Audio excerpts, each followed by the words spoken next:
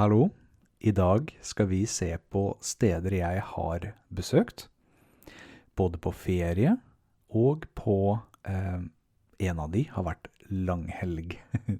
Og så har jeg også en ting som dere kanskje vet om, er at jeg har planer neste år, men den tar vi til slutt. Så, her har jeg en Apple Pencil, fordi i dag skal vi se på kart. Som dere vet, så bor jeg i Norge. Jeg kommer fra østsiden av Norge. Så, dette er øst. Øst er høyre side. Og vest er venstre. Så, det blir øst og vest. Langt oppover her er Nord-Norge. Og dette er Sør-Norge. Selv om Norge er veldig langt, så pleier man egentlig å si at cirka her er vest, cirka her er øst, og cirka her er sør. Og alt dette og oppover regnes som Nord-Norge. Så, jeg skal bare fjerne litt av det jeg har tegnet.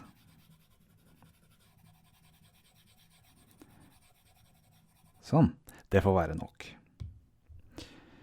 Jeg kommer fra øst i Norge. Så,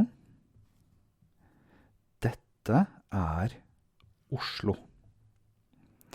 Jeg snakker veldig likt som de som kommer fra Oslo, men ikke helt. For jeg kommer fra sør for Oslo. Jeg vokste opp sør for Oslo. Og da jeg var barn, da jeg var liten, så bodde jeg sør for Oslo.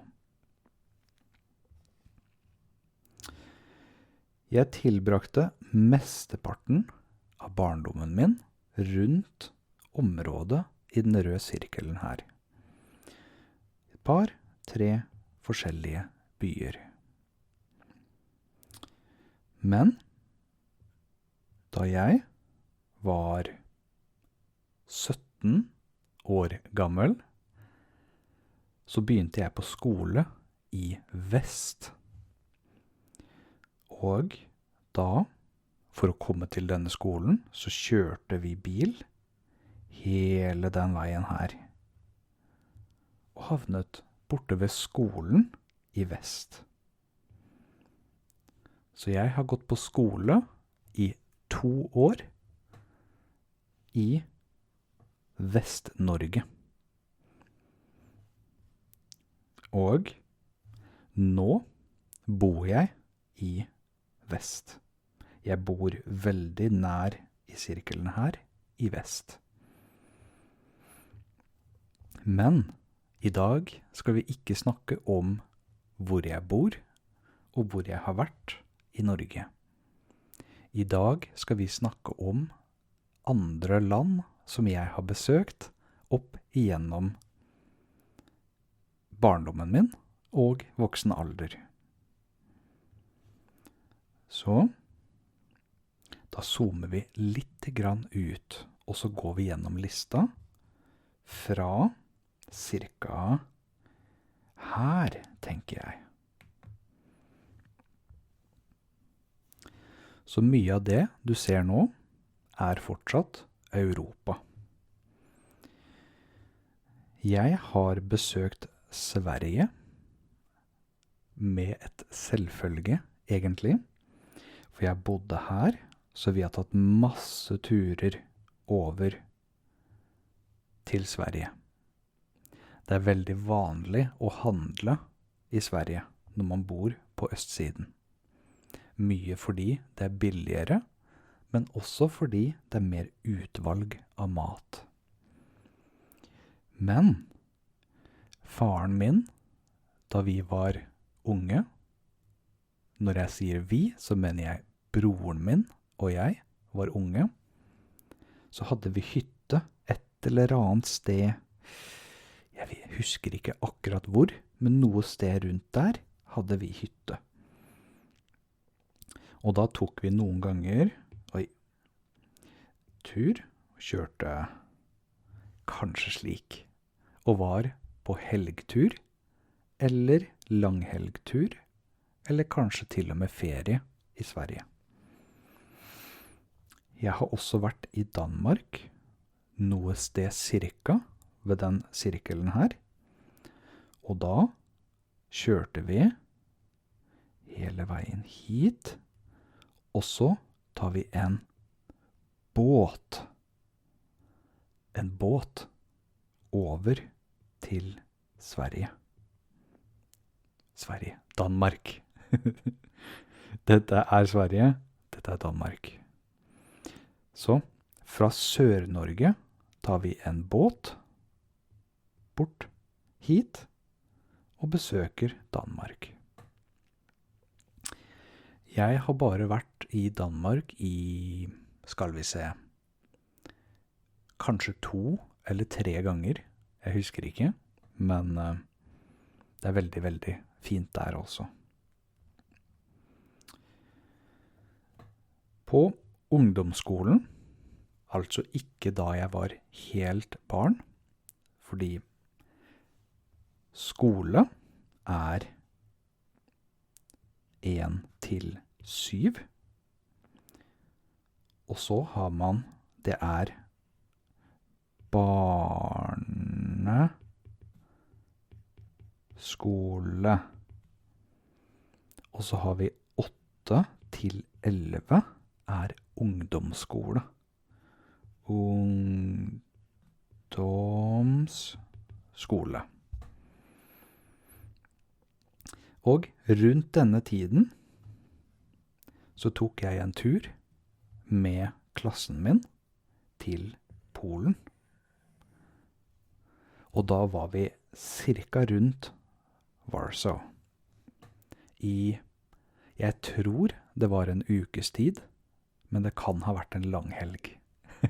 Det begynner å bli lenge siden, så jeg husker ikke. Så jeg har vært i Polen, jeg har vært i Sverige, jeg har vært i Danmark. Jeg fortalte dere at jeg gikk på skole i Vest-Norge. Under dette skoleåret så tok vi en tur til United Kingdom, Storbritannia. Turen vi tok var til London. Så jeg har vært i London også. Vi var ikke noen flere steder utenfor dette. Kanskje en by ved siden av, på noe konferanse og lignende, men ingen jeg husker navnet på, dessverre. Men vi har i hvert fall også vært i London. Da, hvis jeg husker rett, så tok vi fly fra Bergen hele veien over vannet og landet i London. Men nå har jeg fortalt om veldig mye av det rundt i, skal vi se, i Europa, og fra tiden jeg var barn til voksen. Utenom, det er en ting jeg glemte å fortelle om, og det er, da jeg var barn, veldig liten, så var vi på tur til, skal vi se, gjøre sånn.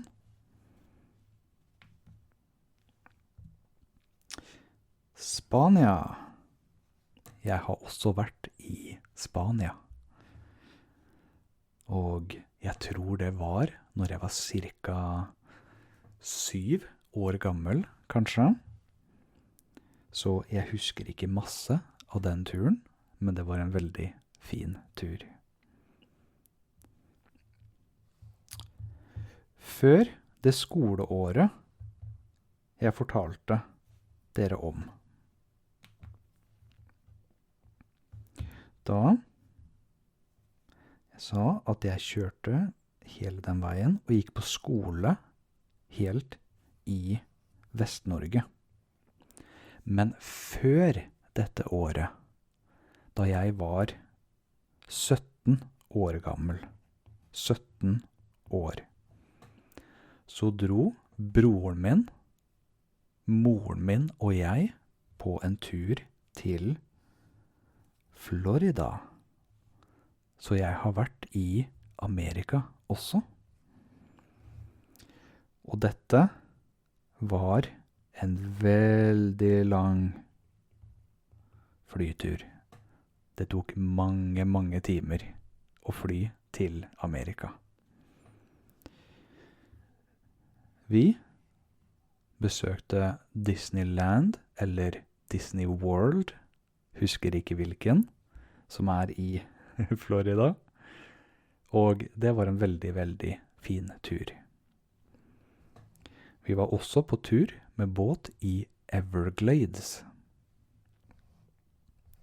Så det har vært mesteparten av turene fram til jeg ble voksen. I en voksen alder så har jeg egentlig ikke vært på så mange ferier. Jeg har dratt flere ganger til Sverige, mens jeg har vært voksen, altså 18 år eller eldre. Jeg har vært i Spania, både med kjæresten min, men også en tur med jobb. Og den turen med jobb var i fjor, altså året før dette året, 2025. Og jeg har også vært på tur til Hellas, heter det på norsk. Greece er